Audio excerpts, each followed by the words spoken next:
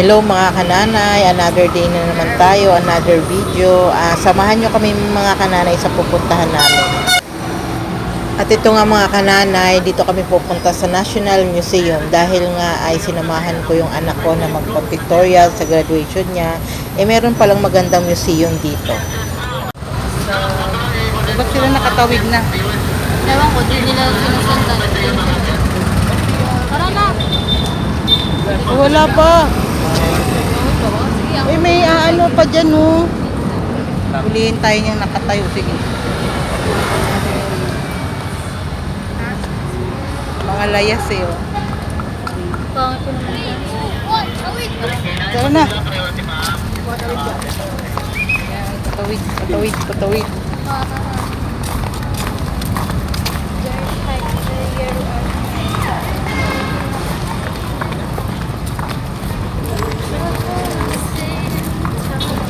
Doon yung mamasyal, di ba?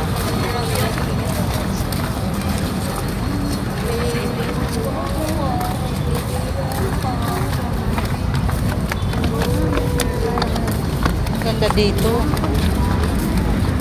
Hindi tayo pasok.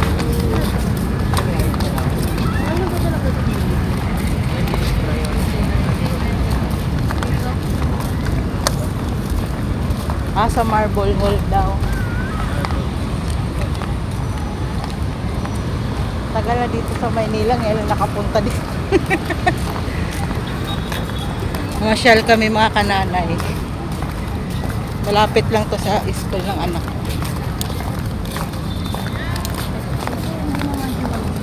Diba? Ganda, oh. Oh, daming puno. Ito po, kabila.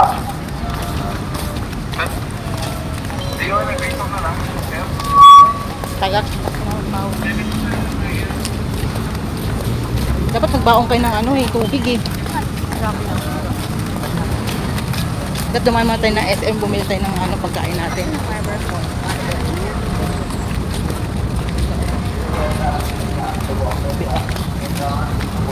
Lay, pay, kalay.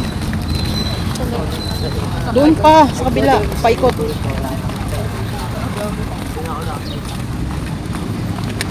Gusto nilang gumala. Ayan, gala to the max. Baka doon. Ay, doon yung mataas doon. Yan ba yun? Hindi namin alam saan kami papasok. Saan yan ba? Ano yan? Iba ata yan, ma? Hindi. Iba ata yan. Nakapila nga sila eh. Wala. Iba yan, may ibang basi yung tatlo yan eh. Pwede puntahan natin din mamaya national. Mama, Saan? Diyan.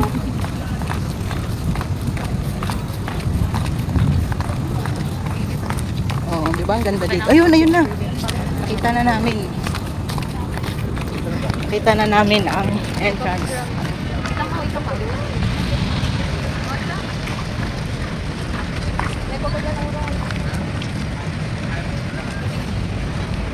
Ganda dito, oh. Tapos ang pasok na kami National Museum. Nakapasok na kami. Nasaan tayo? Mga layas. Gusto niya lumayas eh. Hindi, ID mo na lang. Sa'yo na lang. Kasi dito ano sa akin. Gallery 1. Uy! San Miguel.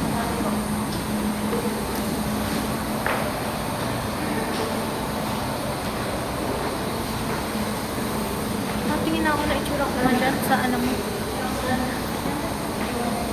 Ano yan? Limestone.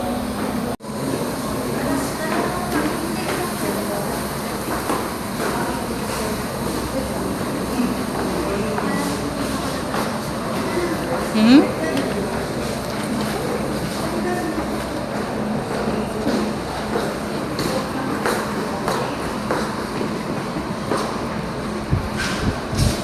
Mga takip. At ito mga kananay, nandito na tayo sa unang hallway. At ito yung makikita natin na ano. Ayan, may mga maliliit na tao dyan. Tapos may mga ano yan. Ang mga buto yata yan. May mga parang laruan. Mga kananay, nakaka-amaze lang, no? Kasi, ang tagal ko na dito sa Maynila. Pero ngayon lang ako nakapunta dito. Kung hindi pa dahil doon sa anak ko na meron nga daw museum dito. Kaya sumama kami sa kanya dahil nag-pictorial siya ng graduation. Nakakita na kayo nung halimaw sa banga. Hindi dito. Awit-awit. Saan? Leg, andito yung halimaw sa banga. Ha? Napanood mo yung halimaw sa banga? Ito nandito sa loob. Bawal daw ang waka. Do not touch.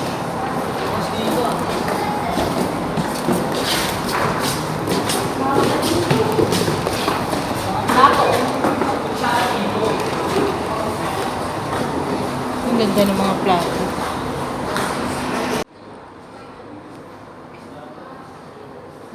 At dito naman sa pangalawang room na napuntahan namin ay ito yung nakita namin. Mga Chinese na, noong panahon, noong Chinese na inilibing, anak daw yan. Tapos, yung mga gamit noong panahon, nung namatay is, sinasama nila pala yan sa libing. Ayan, mga Chinese daw yan. Ayan, di ba? At saka mga kananay, malamig pala dito. Ngayon lang ako nakapasok kasi.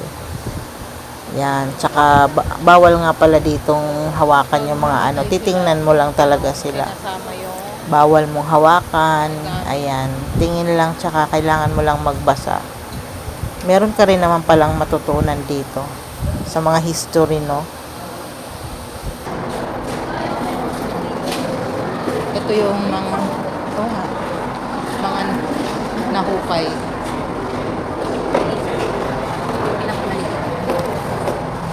Mga nahukayan, mga kasama sa nilibing. Porcelain, blue and white dish. From Iloilo. Puro mga kalatagan ng Batangas. Galing, no? Mga lumang. Dito naman mga kananay sa pangalawang pinasukan namin na room, medyo nakakakilabot kasi nga mga pala ito, mga sinaunang libingan o kabaong ng mga ninuno. Ayan, siya dyan parang box siya na gawa sa bato. Ayan, tapos parang may jar, pala yan. Yan yung libingan nila noong panahon. Ayan, di ba parang nakakakilabot kasi nga hinukay lang naman yan. Dati meron na talagang patay na nakalibing dyan. Yan, di ba ang dami.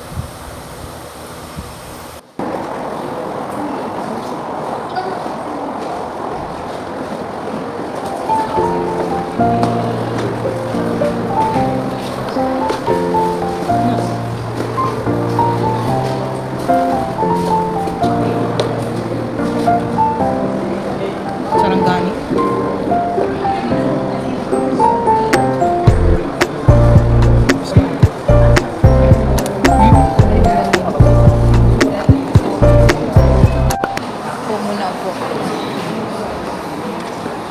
Bukalix.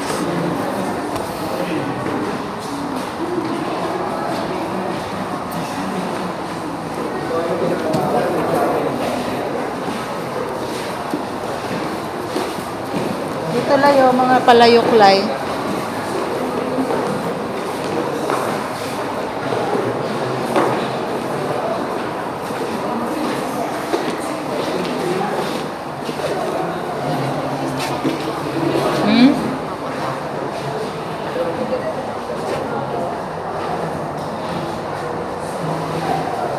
Lang naman yan, parang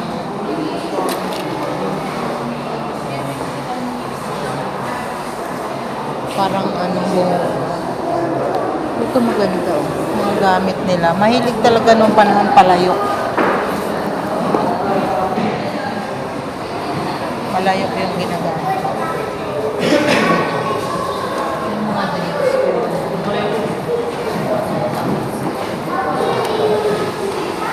Kita mag-yak. Sa eskwela.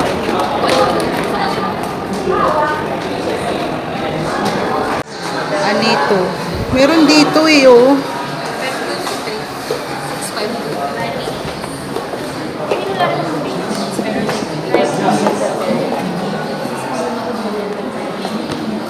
Galing nga yung mga ano nila.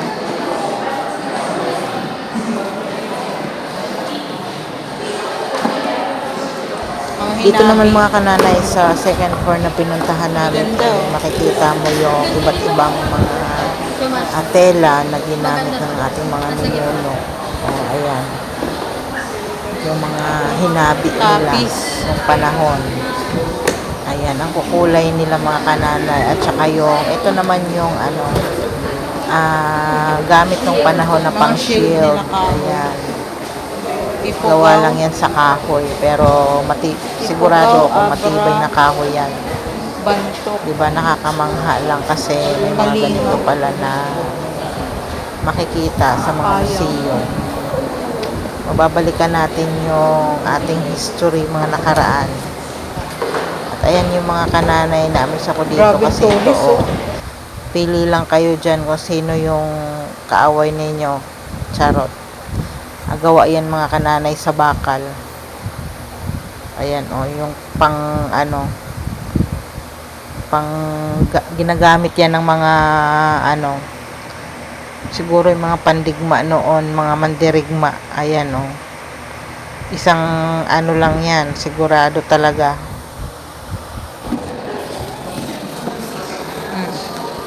Mga arrow. Di ba ang tulis? Parang ang tulis yun. Bakal yan.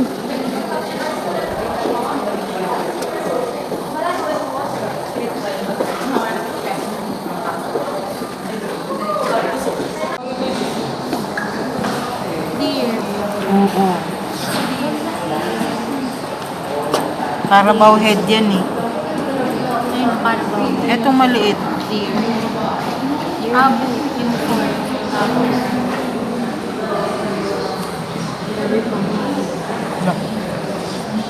Kalabaw. Ito yung bungo ng kalabaw. Laki yan. Wala ka naman talaga ulo ng kalabaw eh. Ito yung utak.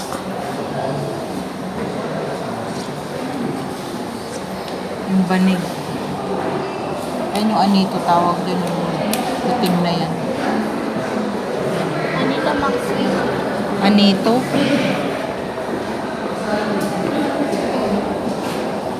Ganda no?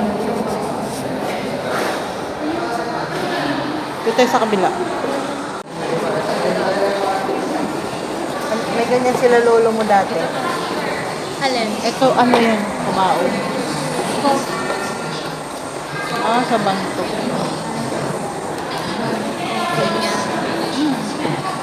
Mga gawa nilang kumao. Kahoy lang naman talaga dati.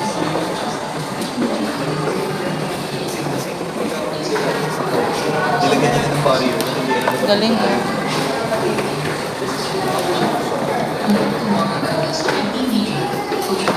Ito yung lola namin dati. Pulsoy. Oo, lalagyan ng tabako dyan. Yan sinisip-sip.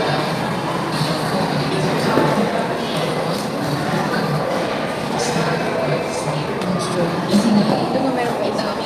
Ito tayo. Manangan. Yung mga herbal naman sila dati. Ayan yung mga sinaunang gamot nila.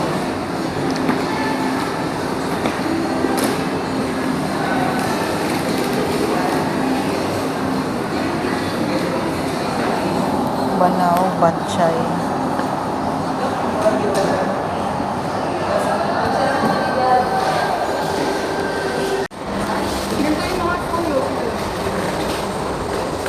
Mga negrito.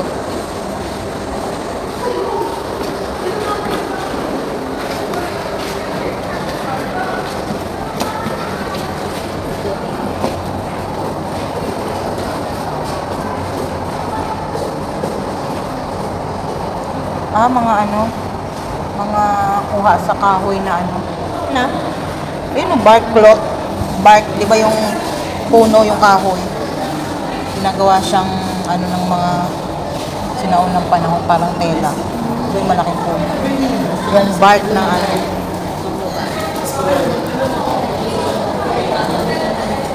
Puro mga Quezon, sa Quezon.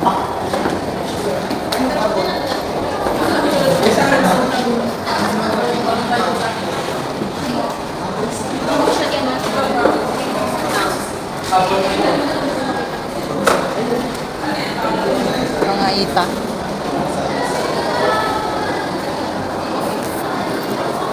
Ita.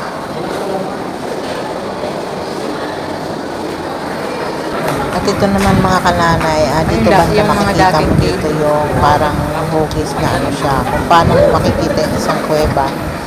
Ayan, noong panahon na nagtatago ang mga tao, ang mga ninuno sa loob ng kuweba. Kasi wala naman silang mga Sa cave sila tahanan noong nililibing? panahon. Ayan, ganyan yung itsura ng kuweba. No? Tapos, ayan, may malaki pala sa loob niya. Tapos marami din silang tao doon. Ayan. At dito naman mga kananay, natatawa yung anak ko kasi nga nakita ko yung lumad, Mindanao. Sabi ko, ay, pupunta ako dito sa mga ancestral ko or mga ninuno ko kasi nga, di ba, taga Mindanao din ako Galing, mga no? kananay. Ayan. Nakakatuwa lang Mga kasi yung palamuti mga nila. gamit nila noong unang panahon nandito kagaya Ito ng pa, ano yan, kwintas, Mindanao. hikaw, ayan yung mga suklay nila. Sukat. Yung mga pulseras, ayan makikita mo dyan kung ano, Galing, no? kung ano yung mga itsura nila. Ayan May yung mga hikaw pa kwintas sila, may nila, yung mga pulseras. hikaw na malalaki. Ayan, yan yung mga gamit nila noong panahon Pinabukasan? na hindi lang ngayon na may mga ganyang palamuti, pati noon pa nung panahon. May sarili silang gawa na palamuti. Laki ng pulseras, no? Ito naman mga kanana yung sinaunang kasuotan nila. Ayan, iba't ibang mga kasuotan ng mga lalaki. Meron din silang mga dati bag. Ayan, basta kung mga kasuotan ng lalaki at babae. Diba ang kukulay nila? Mayaman talaga ang culture ng Pilipino noon pa. Kahit yung mga ninuno natin, nakakamangha lang kasi nga at least nakikita natin sila ngayon. Hindi kagaya nung na syempre hindi pa tayo buhay nung panahon pero ngayon nalalaman at nakikita natin kung anong tradisyon meron sila mga kasuotan at nakikita pa ng mga anak natin ngayon. At least ngayon dahil sa museum nalalaman natin yung iba't ibang mga culture ng bawat Pilipino nung panahon.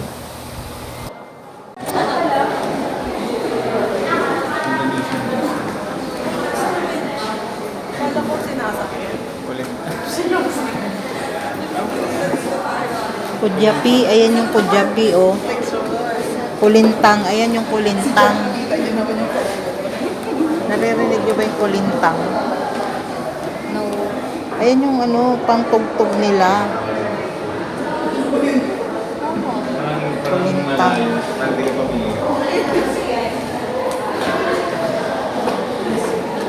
Galing, no? Kudyapi.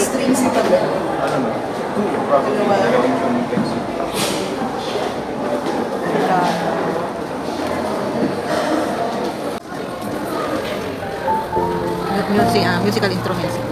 O, ng mga taga Mindanao.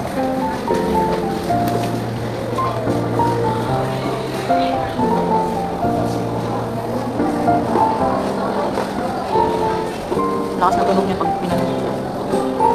Brass. Alin? Panghuli yan. Pangyaman ng Mindanao. Ito yung bahay ng Samsa Suambuanga. Subahan. Panghulingan ng isda. Hanggang ngayon, meron pa rin naman yun. Kaya lang budget na yung ginagamit nila. Malambo lang.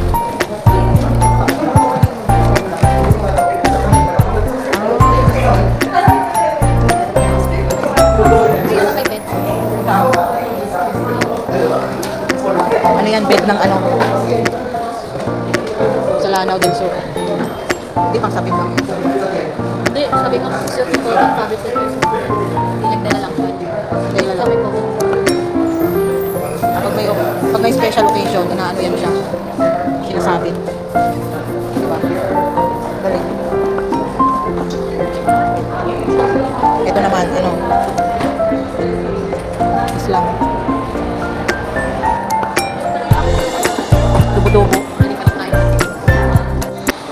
ito naman mga kananay ang itsura ng mga tao nung sinaunang panahon o yung mga kababaihan noong panahon. Ayan yung mga itsura nila at mga pananamit nila.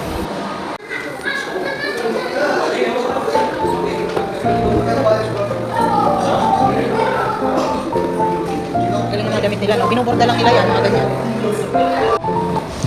At ito naman mga kananay, nakakatawa lang kasi nakita namin yung mga iba dyan na nagpapatugtog at ginagamit nila yung mga instrumento. Pwede mo siyang hawakan at patugtogin. Ayan, o diba gaya-gaya lang ang pwede.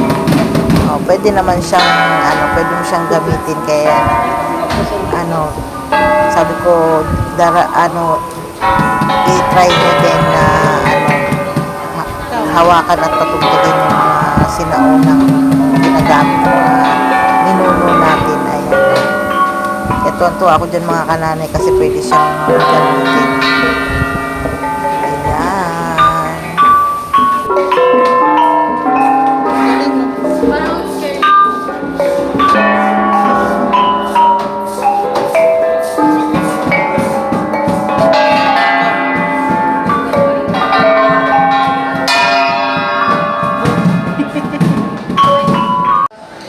Pahinga na. At ayan, dahil pagod na kami ng kakalakad, ay naisipan namin umupo muna kasi ang sakit na ng mga paa ko, mga kananay. Din mo hanggang 5th floor pa yata, yan. Hanggang 4th floor pa lang kami.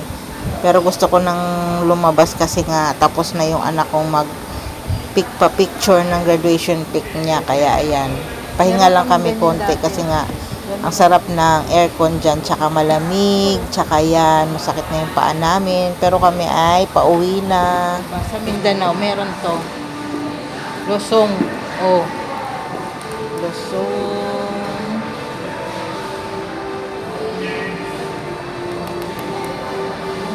At ito nakakatuwa dahil nga ay nakakita ako ng tinatawag sa amin sa Bisaya na Losong. Ayan pala mga kananay, pwede kang dyan sa Tagalog, bayuhan. Ayan, bayuhan ng palay na bigas.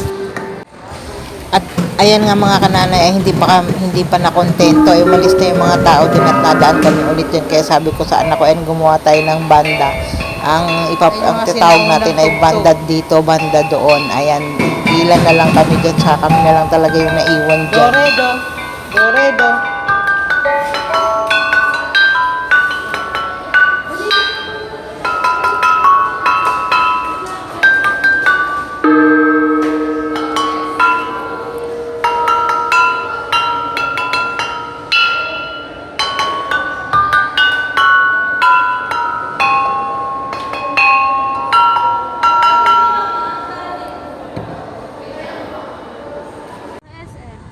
Wow, ang layo pa ng SM. At ito na nga mga kananay, finally nakalabas na kami dito sa, exit na to. Ayan, tapos na kaming maglibot-libot. Gusto pa sana ng anak ko puntahan yung kabila, kaso anong oras na, tsaka pauwi na din kami, tsaka tapos na yung anak kong magpa-picture. Kaya ayan, bye-bye, maraming salamat sa inyo. Thanks for watching. Please subscribe.